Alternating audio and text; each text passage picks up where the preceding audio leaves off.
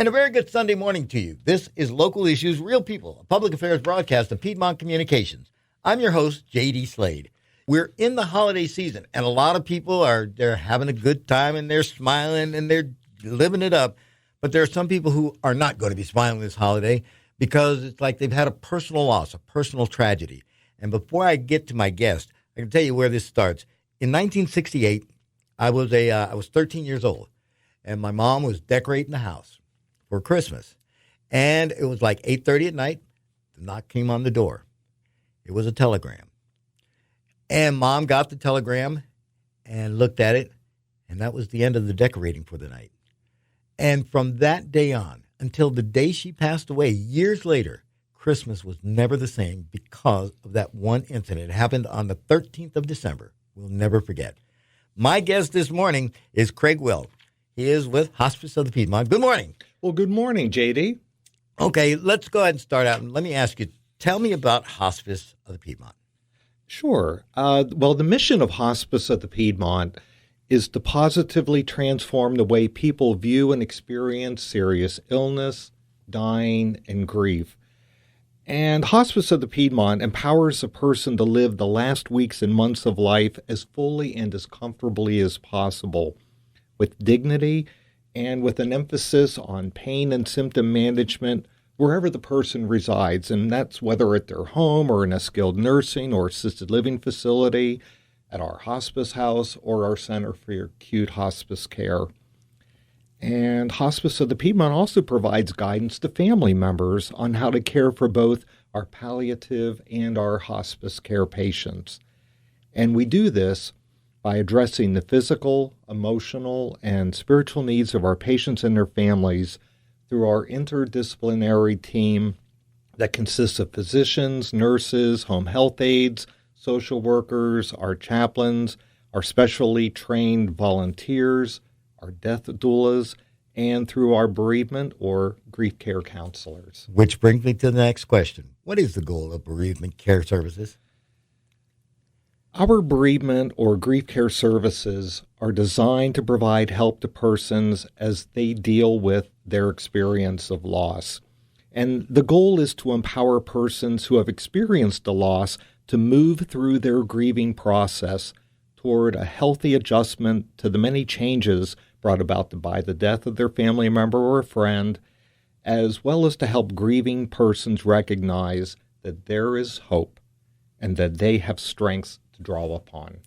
Again, it's a tough time to have to talk about it because during the holidays, everybody's all filled with joy and celebration. But for those who are going through grief and bereavement, it can be a tough time. And like I said, with my mom, it was a tough time the rest of her life. Yeah. So how can we deal with it? How can we get these suggestions to have people who are grieving at this time? You're absolutely right, J.D. Holidays and other special occasions often create a heightened sense of loss, loneliness, and depression. And perhaps the most important thing to remember is that feelings of grief are natural, and that sometimes the anticipation of a special event or a holiday actually turns out to be more stressful than the day itself. As for some suggestions for coping with grief, some people find it reassuring to participate in holiday activities as usual, while others, such as the case with your mom, they may find it too painful to do so. But however a person chooses to observe the holiday, I believe that the key is to be organized yet flexible and always give yourself an out. And based on the insights that persons who are grieving have shared with me, as well as ideas that I found in line and on booklets and other sources, I do have some additional suggestions that a person who is grieving might want to consider to help them through the holidays. And if it's okay with you, I can share some of those suggestions. I wish you would. Thank you. Okay, well, thank you. Well, first of all, build on tradition. For example, for the holiday meal, place a lit candle or display a single fresh flower on the table in honor of the deceased, or include one of his or her favorite foods. Or you could create a special memorial ornament or decoration. If the person who died always played a special role in the holiday festivities, formally ask another family member to carry on that tradition. Another suggestion would be is if the tradition is too painful, change the way you celebrate. For instance, instead of putting up a Christmas tree indoors, decorate an outdoor tree with lights and food items for the birds. Or go out for dinner with friends or family instead of trying to have a crowd in for a holiday meal. Or instead of staying at home where memories may be strongest, consider taking some type of holiday trip that fits within your budget. Another suggestion is to do something for others. Through your place of worship or a charity, do something for others. Invite someone who is alone during the holiday to join you and your family for a meal, a religious service, or an activity such as a concert. Or make a donation to a favorite cause in memory of the deceased. And JD, I would caution that grieving persons watch their spending, as it's easy when we are absorbed in grief to go overboard or even try to buy relief from the pain. It's a very tough subject, but it's one that has to be dealt with. And I'm going to get to a real sensitive area now because children don't understand. They don't know. Again, let me ask you about suggestions for adopted for children. Sure. First of all, you're right. It's important to acknowledge that any child old enough to love is old enough to grieve. Many families have found that creating a special activity for the children to participate in can be meaningful and comforting to them. And although adults can have input and give guidance, the children themselves should decide what they would like to do. And some of those ideas could include having the child help bake cookies for a nursing home or a group that had special meaning to the deceased. And with the cookies, or if you want a donation of money to a charity, help the child write a note explaining that the gift is a memorial to their loved one and add something personal about the deceased. Or make simple holiday decorations, ornaments that symbolically represent their loved one, or help decorate the chair that the person would ordinarily be sitting in. Whatever you do, it's important to be open to finding and developing new traditions, or at least continue the same family or religious rituals while acknowledging the changes that have occurred by their loved one's death. I'm talking with Craig Wilt. He's with Hospice of the Piedmont. This is Local Issues, Real People. Craig, what would you suggest to people who are they're concerned that they might, in their grief, ruin other people's holidays? JD, for people who are grieving, the bottom line is to respect oneself and to claim one's need for help and support, as well as to be gentle with oneself during their own personal grief healing process, and to give oneself permission to not live up to everyone's expectations. It is okay to feel sad and to cry. Even people who haven't experienced a major loss can feel, as you said, the pressures, the depression, and the fatigue that often come with the holidays. And on the other hand, it's also okay to feel good, to laugh, and to even have some fun. And I mention this because some grieving persons feel guilty or even scandalized if they find themselves enjoying an activity. Feeling good and laughing is your body's way of letting you relax and regain some strength, if only for a few moments during your grief. And it's a normal and a healthy reaction, and you are in no way being disrespectful to the memory of the deceased if you enjoy yourself at times. As a matter of fact, it's often been said that the first indicator of healing is the first time a person laughs. Laughter is the best medicine. Yes, and it is. Proves itself out all the time. Let me ask you, you've mentioned several times that healing grieving is a process. So have you been referring to this classic 5 stages of grief? Actually, no. The concept that everyone goes through 5 predictable and orderly stages of grief, that is, the stages of denial, anger, bargaining, depression, and acceptance. While it may be appealing to some, it's not accurate because everyone grieves in his or her own way. It's unique, it's different. As part of the process of healing, the thoughts and feelings that a grieving person will experience will be totally unique to them. In addition, healthy grieving can be a slow, even lifelong process. Persons who are grieving may gradually be able to refocus their lives as they get through rather than get over their grief. And in truth, most people don't want to forget their loved one who has died, and that's one reason ongoing practical help and support from family and friends are so important. You mentioned the need for family and friends, and that is, talk about bringing that nuclear network together, because when you have a major loss, the best thing you can do is have someone there who will help you get through it, talk you through it, will talk to you, because it's like a lot of people get really skittish and they don't want to talk to you because they're afraid they're going to, but I mean, sometimes people want to talk and they need to talk. Absolutely. All right, let's go on here. This is informative because it looked like a tough topic when I started it, but it's getting easier because you're explaining things the way anybody should be able to understand what the process is. And it is a process. Yes, it is. All right. So your friends, they can help you. Again, don't judge or dictate how someone might want to grieve. Everybody is different. We are all individuals. And where I may get into a giggle spell, I also may be one who just breaks down in tears every time I hear the name.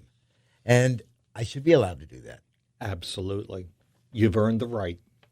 So what do you tell, for grieving people and their loved ones, can you identify any general guidelines on whether to rely on understanding friends, or loving relatives, or to seek help of professionals? That's a really good question, JD. I'm glad you wrote it. You're right. Well, and as a general guideline, I suggest that persons who are grieving try considering whether their particular style of grieving poses any risk to themselves or to others. And for instance, are you concerned about losing your job due to absenteeism or poor productivity? Have relationship problems placed your marriage or partnership in danger? Has your despair or low self-esteem put you at risk of harming yourself? Do changes in your appetite suggest an emergent eating disorder? And have you turned to alcohol or drugs to manage your emotional pain? And if so, then a consultation with a mental health professional may help you assess the risks and give you a chance to consider your options. Again,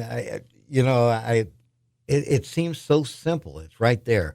But grief is just, it's really deep rooted. It doesn't affect everybody the same way, but it's like it gets down in there. It's sort of like bad gas. Again, it just continues to keep irritating you. Are your professional bereavement care services at Hospice of the Piedmont available to people other than, your patient families? Yes, they are. And in addition to our patients and their families, the grief care services of Hospice of the Piedmont are available free of charge. There's never a charge to anyone in our 12-county service area who is dealing with the issues of loss and the grieving process. And this includes children, teens, as well as adults. And those services include individual support such as telephone calls, home, office, or virtual visits, support groups and workshops, special events, as well as community, school, and workplace grief programs. And I think it's so important to acknowledge that reaching out for supportive assistance is not a sign of weakness. Rather, it's a sign of your courage and strength and emotional stability. It is probably the best thing that you can do for yourself and for your loved ones, to reach out and ask. I know that pride tends to get in the way and people don't want it. They want to feel like they're weak if they have to ask for help. Right. But even the strongest man needs a lending hand every once in a while. Absolutely. And with that being said, I'd like to directly address your listeners and invite and encourage any of them who are dealing with an experience of grief and loss to please consider contacting our Center for Grief and Healing in order to help you find some comfort and peace, because your peace is our purpose. And how do they do that? They can contact us on our website. They could Google Hospice of the Piedmont, or look up www.hop as in Paul, V as in Victor, a.org. Or you can contact us at the 1-800 number, which is 800-975-5501. Again, Craig, make people understand it is okay to grieve. It is okay to be sad because it's like you've suffered a loss. Don't let anybody dissuade you from being sad if you are sad, or try to make you be sad if you're happy. That's right. That's right. Everybody grieves differently, just like everybody breathes differently, and you just have to take that into consideration. Absolutely. We all have our own personality. So did the person who died. We have our own set of values, our own history of loss. And you're right. It's going to make each healing grief process unique. How many folks do you have working with you, Craig? We're probably just a few under 200. And you're going to need every one of them, that's for sure, because, like I say, this is the toughest time of the year for a lot of people. And holidays, it's just holidays. It's because they don't have all the people that they had, and they notice that loss. Or they've recently lost. I have someone who recently lost someone that they've been with for years, and this is going to be their first holiday without them. This is a good time to maybe get some ears in there. And if somebody wants to talk or needs to talk, Craig, how can they do it? As I had mentioned before, certainly you can approach a family member or a friend whom you trust and hope that they would respect you and that they would do the most important things anyone can do, and that is to listen. Let me ask you, at what point do you know that you might need hospice care? Ordinarily, and first of all, anyone can make that referral to hospice care. It can be your primary care physician, your nurse practitioner. It can be the person themselves. Hospice care is provided for folks who, under the ordinary course of the illness that they may have, would have, and this is always not an exact science, but 6 months or less to live. But one of the things that I would encourage anyone is, if you think that you may meet the eligibility criteria, please contact us, because the one thing we hear more often than not from our patient and their families is, I wish we had contacted you sooner. Again, because for those who do not know, it's not a death sentence. It is to make sure that the last days of someone's life are spent as comfortable as possible. Yes, absolutely. And again, when you get started, generally, how does it generally come about that you get started with hospice care, that you need it? In other words, I got the referral from my physician. Then I call you. Yes, sir. And we would have one of our nurse liaisons who would be able to come out, or an admitting nurse, and just have a conversation with you to find out what your goals of care are. And would also do a review of the medical records to see if, like I said, the eligibility criteria, is present. And it is always, always, always up to the patient to make that decision for himself or herself. We are part of a team along with your family and friends, but you are the driving force to make that decision as to whether or not you believe that hospice care is right for you. I was an altar boy when I was a kid, so I served a lot of funerals, and it's like I've seen grief at extremes. Again, from wanting to try and pull the person out of the casket but again, you actually guide people who are going to be left behind on how to deal with the loss. Here's how I view my role. I see myself as someone who maybe can plant a seed and then look for evidence of growth. But each individual, they're going to discover for themselves what is helpful and what isn't. And I truly do believe that each one of us is created whole and complete, that we lack in nothing, and that we will always find, if we look deep within ourselves, all the resilience and everything else we need in order to find new meaning and purpose in our life. I got to tell you, it's like I've been sitting and listening to Craig for a while. Tell me about your background. Okay, well, I am married. I have a beautiful wife named Sue. I have 2 children. I live in Warrenton. And I've been started off with Hospice of the Rapidan 21 years ago. And then in 2014, our agency merged with Hospice of the Piedmont, and I've been continuing to stay with them. My background is actually in special education, but also in counseling.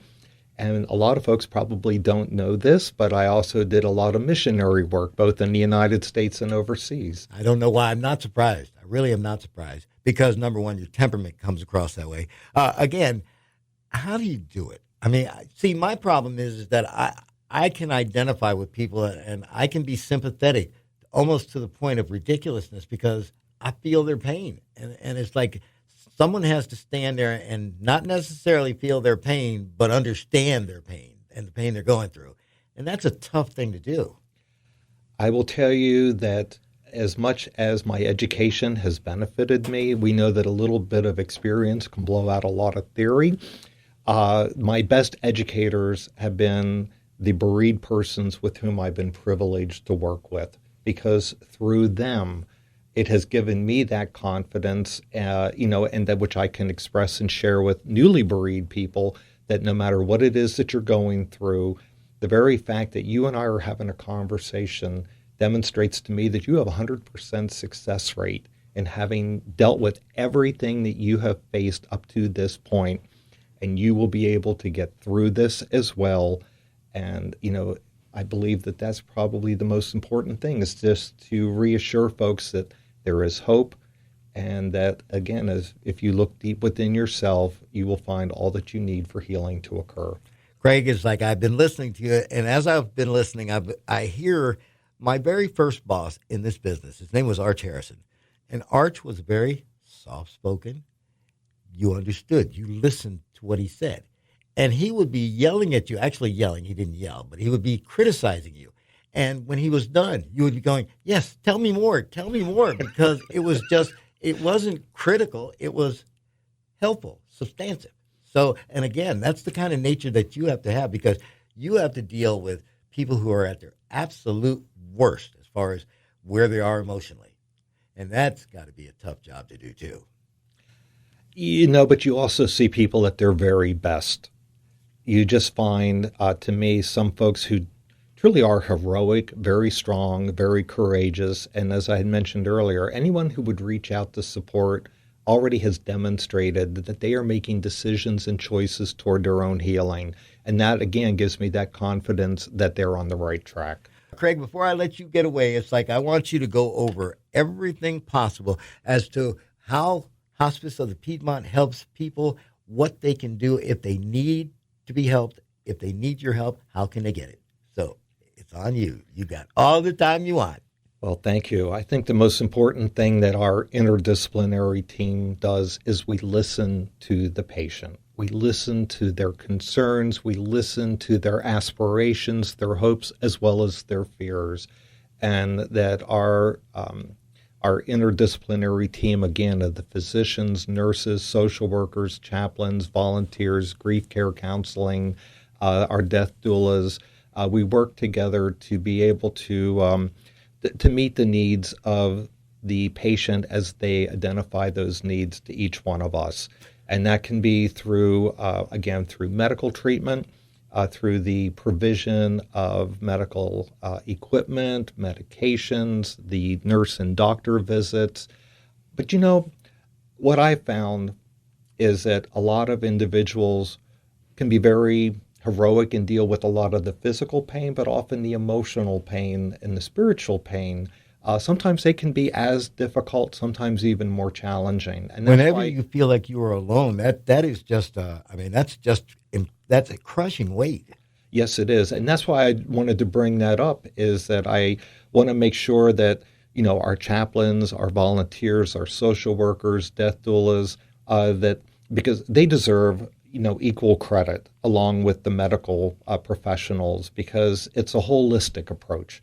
We really want to address the needs of each individual, both physically, emotionally, mentally, and spiritually. You've used the term. I know what birth doulas are. You said a death doula. What is the purpose of a death doula? That's kind of a new approach that's being employed. Among many different hospices, and Hospice of the Piedmont is so fortunate. Death doulas actually are volunteer, and what they do is they accompany the person. They follow that patient down the road as far as the patient is willing to let them accompany them. And it's just that extra layer of support and compassion, a listening ear, that can be just so vital for a person, as you yourself said, who may find themselves feeling very isolated during the time of their illness. My guest this morning is Craig Wilt with Hospice of the Piedmont. Craig, I want to give you one more last chance to get people, if they need your services, how they can get a hold of you, and phone numbers if necessary. Thank you. Absolutely.